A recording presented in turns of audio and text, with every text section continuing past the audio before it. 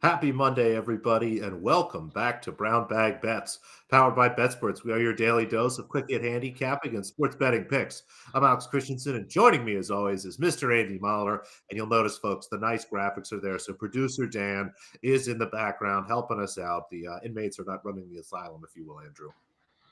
Yeah, it's nice. It's nice to have him back. It's nice to see all your smiling faces. We can't actually see you. It's not how YouTube works, guys.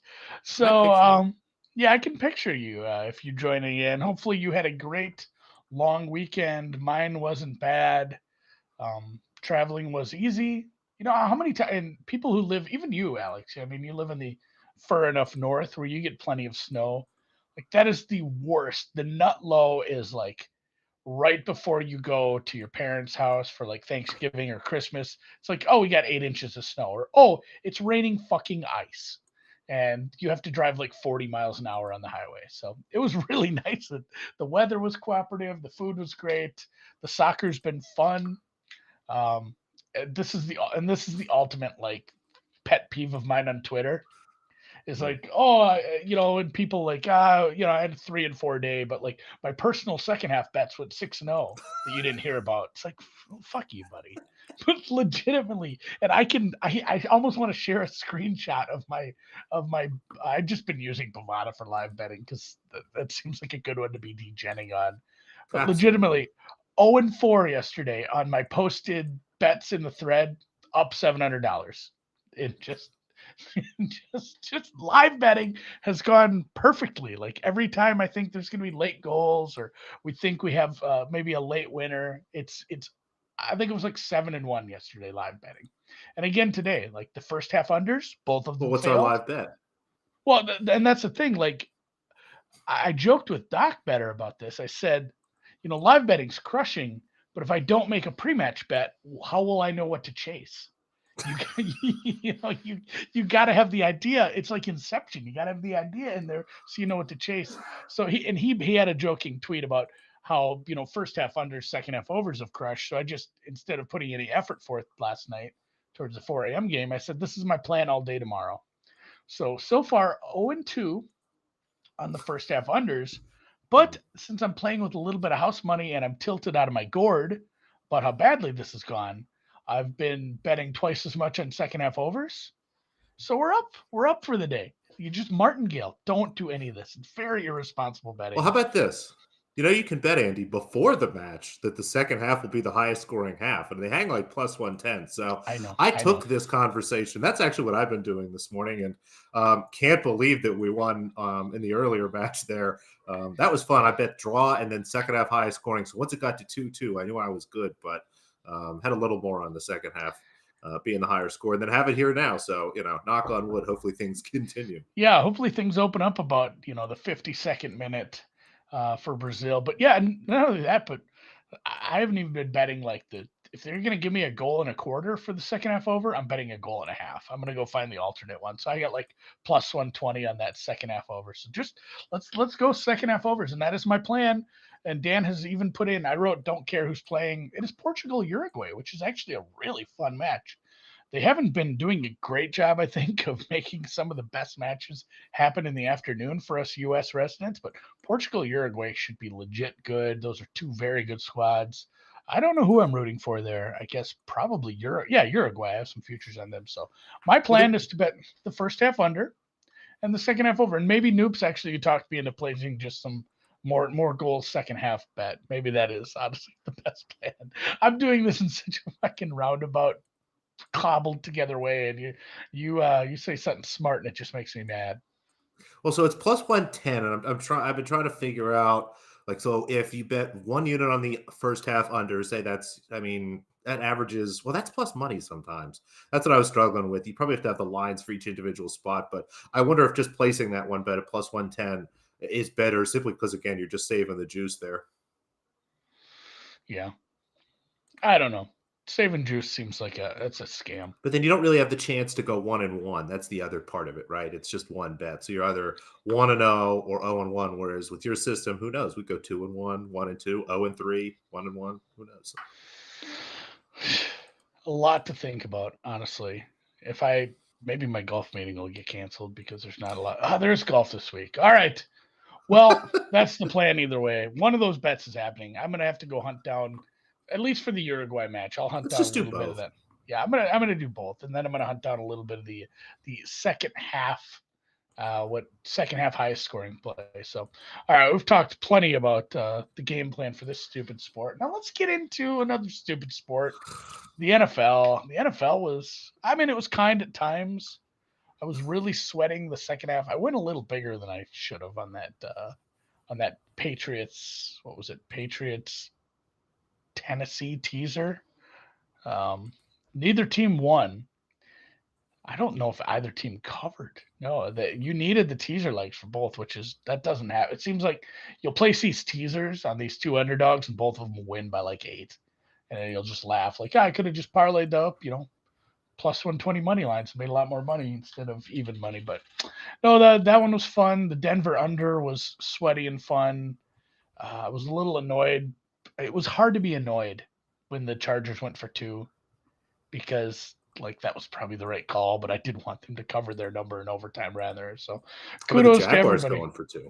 Yeah, the Jaguars I also That was enjoyed awesome. because I have a small Jaguars over 6.5 wins, which seemed dead a few weeks ago. Now we need just like 3 out of the last 7, I believe we have, or 3 out of the last 6. So Chip Jarrett a chance with them, and Cincinnati 3-1 to win the division is super alive all of a sudden after Cincinnati gets the win.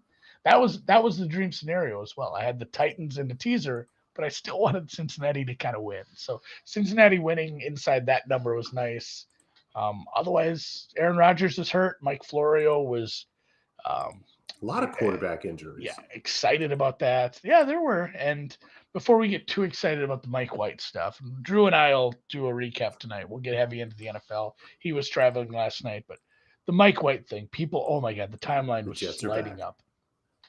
Buddy, the Bears were starting like a freaking Sunbelt level. It wasn't even like a good college defensive secondary. It was like Sunbelt level.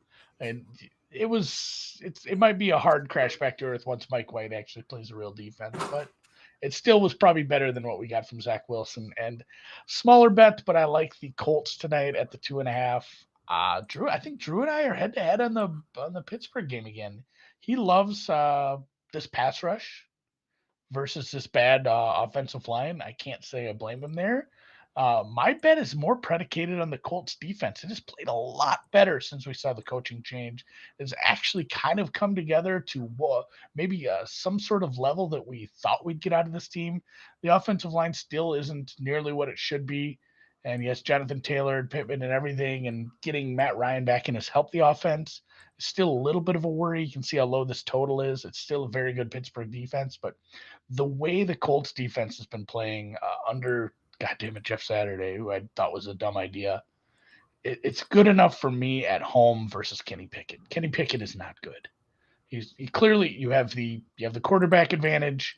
The defenses are both good, and you probably have the offensive advantage here. So Colts minus 2.5 for me, a small bet, and yeah, that's another lower total for first touchdown scorer, but this doesn't feel like one that's ever going to be, oh, no touchdown score. Like someone, I think this total's probably nuts We off. had one already this year. That's enough.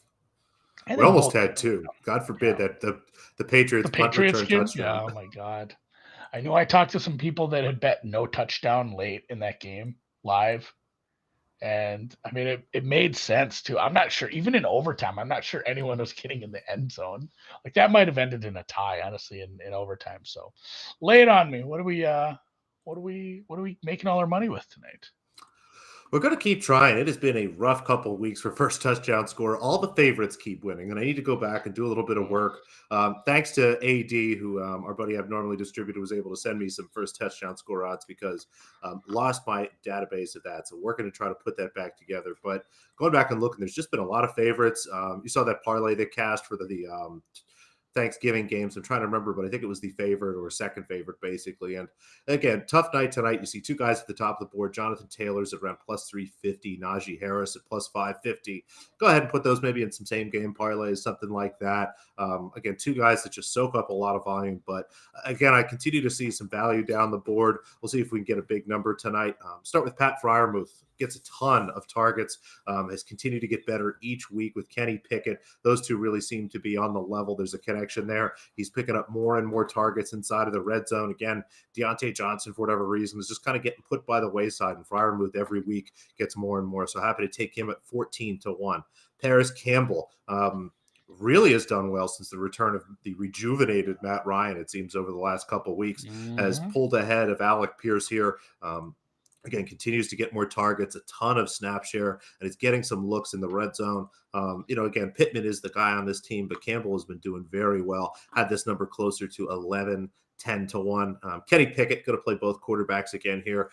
Pickett has yet to run one in, but has done pretty well being mobile. And it's tough again with the Steelers. They like to give the ball to Najee Harris basically as much as they can. But, closer to the goal line on a bootleg or something like that, definitely a chance of him running in one this year, and happy again to play a quarterback like that around 24-1. Also got Matt Ryan down there at the bottom. Already has a first touchdown score this week, in the week where we didn't know he was starting until he was starting. Snuck one in. And again, just looks really good. Happy to play him at 40-1. Both defenses. Now this one's a little tougher. Neither one of these defenses has a ton of takeaways, but both teams sure like turning the ball over. Matt Ryan, I think, has thrown an interception just about every game this season, or is close to averaging a pick per game. The Steelers, you think of them as maybe kind of a better team that holds on to the ball. A lot of fumbles, a lot of turnovers for both teams, and love that, especially when we get such nice numbers here for both defense and special teams. And then Deion Jackson, give me the running back here, the second string running back for the Colts. They are not shy about taking Taylor out, especially towards the red zone if they think that he's run too much. And one of the best ways to score on the Steelers team is with more of a receiving look.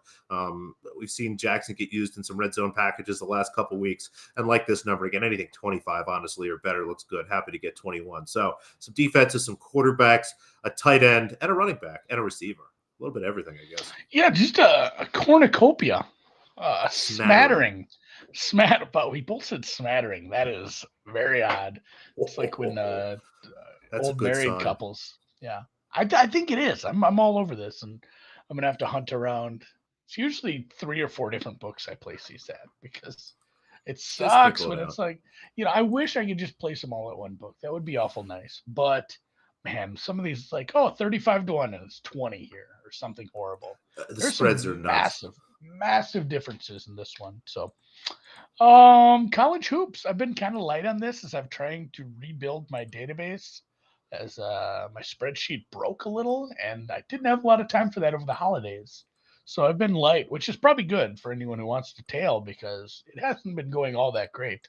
It's been some just like every which way, all the painful ways to lose, like fouling down 8, with like 10 seconds left, and just or the one where it's like, hey, they come out and just don't play the first half, and then they really showed up in the second half to lose by like whatever 3 points more than the spread was. So every which way to lose, and this is going to be one where if this team loses, they're going to lose by 100. They are playing way up in competition. Obviously, we're looking at a plus 18 here for UL Monroe, playing Tulane, which is another team within their own state. They've played a few of those. This is a 2-5 team, and the 2 wins are against Dallas Christian and Central Baptist, which are not Division I teams. Those are, they won by like 50 over some church schools that came over from Texas. So they've lost a bunch of games to better opponents. They played TCU, lost by 35. That's probably a team that could sneak into the, that's probably bordering on a tournament team. Texas A&M smoked them. That is the tournament team. Like, they're going to lose to these good teams. I'm not so sure Tulane is as good. Oh, excuse me. I had a bug there. Is as good as those teams. And they've done some things to try to patch some of the holes. They were pretty, ULM, the Warhawks, they were pretty heavy in the portal department, adding some pieces. Sometimes that doesn't come to fruition, but they were really, really, really, really shitty rebounding last year. They weren't big. They weren't a very big squad. So they added a couple big pieces. I'm not sure any of them are like going to be legitimate big men in. Jesus, is this the Sun Belt? I'm trying to think of what conference. Yeah, the Sun Belt. This is probably one of the bottom three teams in the Sun Belt, no matter what. These big men that transferred in are not like from major programs. I think a couple guys came over from UAB, and they brought in some JUCO guys, and maybe one or two other players from Sun Belt ish level teams, but 18 is too much in my spreadsheet. I think this is a team that can keep this around a dozen points for most of the game, hang with Tulane. We will see. AJ Donaldson says he likes the Gophers in the Big Ten ACC Gophers, Challenge. I like the which Gophers apparently a the little Big better Ten than that. does well in, despite what I Yep. thought. And then real quick, back to soccer. Scoreless first half in Brazil, Switzerland. I haven't run into this yet, so I won my bet. No But way. Brazil was peppering the goal. So now, like I said, I bet twice as much in the second half overs because I needed to make the money back. So do I still bet twice as much now because I'm playing with house money? Yes. I'm not sure. I'm gonna have to go and see what the odds are here. Looking at 1.25 minus 125 on the over. All right, we're gonna live betting here. We're going over 1.5 plus 113. I'm in. And you Let's know what? do it. Just I'm the same doubling amount. down because I already have my second half highest scoring bet. So let's do it. Okay. Just need a goal. I'm gonna go the same amount because I want to bet for once. Good job. Thank you, Brazil and Switzerland. Let's hope we get some 114 goals. now. It's moving against us. Oh shit. Yeah, this is a cagey affair. Well, I'm happy to break even on this game. We're up for the day. So all right, the association, take it away. The rest, and as they say in Hearts, when it's clear that someone is going to shoot the moon, the rest are yours. Indeed, they are. Let's jump in. I got a dog, a favorite, and a total. A lot of smatterings today. I'm covering pretty much all the bases here, as I bet. I guess when we get to the surprise tennis picks, that's right, folks. Surprise tennis picks. Dan didn't put it on the rundown because we didn't know it was going to be happening. Who knows? Tennis, it's the best. NBA, love the Pelicans tonight. Just continue to love New Orleans and the way that they're playing basketball. Getting a nice number here, -5.5 as they they host the Oklahoma City Thunder. CJ McCollum is out. Looks like Brandon Ingram is not going to play tonight, which is part of the reason this number is maybe a little bit shorter than you think. But as long as Zion Williamson is playing, Jonas Valanciunas is playing, Toscano, Devontae Graham, they've got a lot of depth on this team, a lot of athleticism, and it's just a horrible matchup for a Thunder team that has basically no interior presence whatsoever. The Pelicans love to attack the rim. Again, it should be a big night for Zion. Look for him. If you're playing DFS, again, I know he's generally very expensive, but no McCollum, no Ingram. You might see him running the point here tonight. May even go look and see from a player prop perspective whether we sprinkle maybe a little Zion triple-double. Who knows? Gonna let to see how things shake out, but love this spot for the Pelicans. Had this closer to 7.5, almost 8 myself. So Pelicans -5.5 looks good. The Houston Rockets continue to play very good basketball. They're keeping games much tighter than they have in the past, even winning from time to time, which is just nuts for this young Rockets team. And it makes sense. It's one of the dialogues we talked about at the beginning of the year. Houston, Detroit, teams like that aren't necessarily trying to tank. They've got what they think to be, kind of the players that are going to be their future. And this is the season where you try to take your first step forward to try to win some basketball games. And they're playing very well. Go up against a Denver Nuggets team tonight. The Nuggets be missing Michael Porter Jr. We know Nikola Jokic is working his way back from an illness. Did play the last game, so should be okay. This is a front end of a 2-game series, and the Nuggets have been really rough in the front end of these, but at the end of the day, started with my number here closer to 7.5, 8. Started to look at some other things. A little bit of a rest disadvantage for Houston tonight, but not so bad. They had the last night off, and then they have a night in between these 2 games here. Again, had this much closer, and just like the spot here for Houston, they've done very well. Give me 11.5. Bulls Jazz under 235.5. The Jazz look like they'll be without Mike Conley Jr. and Lauri Markkanen tonight, 2 guys that drive a lot of their offensive performance. The Bulls, a great under team so far this year, given their propensity to try to slow games down and their love of 2-point shots. They don't really shoot a lot of threes, having to engage in, kind of some more mid-range things. It does well for them. They're still a pretty efficient offense, but 235.5 looks very high to me. I actually played this under at 234 earlier today. So kudos to you guys. You get a little bit of a better number and you did better on market entry than me. But honestly, had this total less than 230. Really struggle to see how we're going to get the pace or the offensive quality from both of these teams. To get even into the 230s tonight. So under 235.5 there. Rockets plus 11.5, and the Pellies minus 5.5. Bonus. The fun part is, well, here, I'll just do it. Do you know what country Andorra's in, Andy? It's in Andorra. You can't trick me that way. I can, and I probably have. My daughter was, I don't know if it was countries of the world or states of the U.S. She was studying for like a test, where you have to know all the states and capitals, or maybe all the countries and capitals in Europe. And I pointed her to those Animaniac videos. You remember Animaniacs? Yeah. But he'd do the song, and it's like, well, he'd do a song where he knew all the states and capitals. Yeah. Like, I'm like, just watch this. I don't. Arkansas. Yeah, Arkansas, Louisiana, Phoenix, Arizona. I don't know how to do it. Either way, I don't like to have the kids study when there's YouTube and there's Animaniacs involved. So, but bonus tennis in the country, city, and municipality of Andorra, Challenger, and I know both names, which is something to crow about. It is a fun little tournament, and joked already. We're at the end of the tennis season. Again, very sparring. Some few smaller events, even on the men's side, just 2 challengers this week, and we're back on indoor hard courts. Most of the tour has been in South America playing clay tennis the last 3 or 4 weeks. We jump back into Andorra, which, if you didn't know, Andy, is right in between Spain and France. So we're back in Europe. We're indoors, and 2 players I really like indoors here. Both of them playing tomorrow. Looks like, I actually have times up for tomorrow. That's quite a surprise. Nice. We'll see. They'll probably change, but both of these matches will be later tomorrow. It looks like Van Uytvanck will be at noon. Stojanovic will be just after that. But start with Stojanovic there. A big underdog to Shuai Zhang. Zhang generally very good indoors, to be perfectly honest. But hasn't won a match in about a month and a half now, has been playing tennis very sparingly. Nina Stojanovic, a young player who struggled through the middle of the season, picked up some injuries and kind of dropped off in her level, has been building back up towards the end of the season, really focused, I think, on getting enough ranking points to get back into some of the main draws, hopefully for these 250s next year and even the qualifying for some of the bigger events.